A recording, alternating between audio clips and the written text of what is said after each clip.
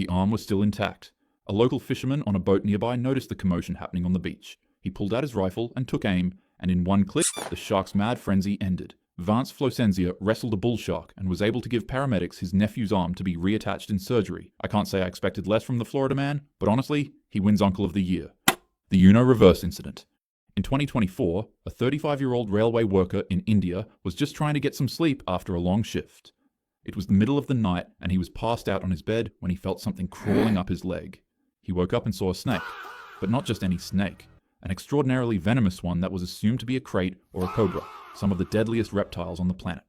He stared at the snake. It stared back. He continued staring, and so did the snake. And then it bit him. Now, most people would have panicked, called for help, or maybe tried driving toward a nearby hospital.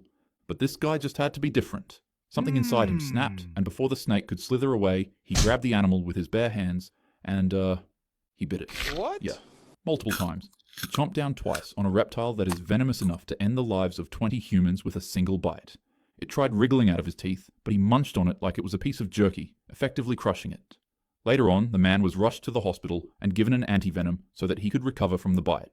He later on told reporters that, in some parts of India, there's a superstition that biting a snake transfers the venom back to the animal, so that it'll pass away instead of you.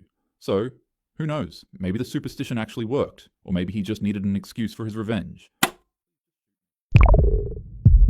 He was a 69-year-old Alaskan hunter, and on November 1st, 1999, he was out in the wilderness doing what he'd done for decades. Hunting.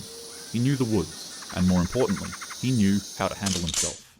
Him and 3 other hunters set out to catch a black-tailed deer, but due to the windy weather, it was extraordinarily hard to sneak up on one.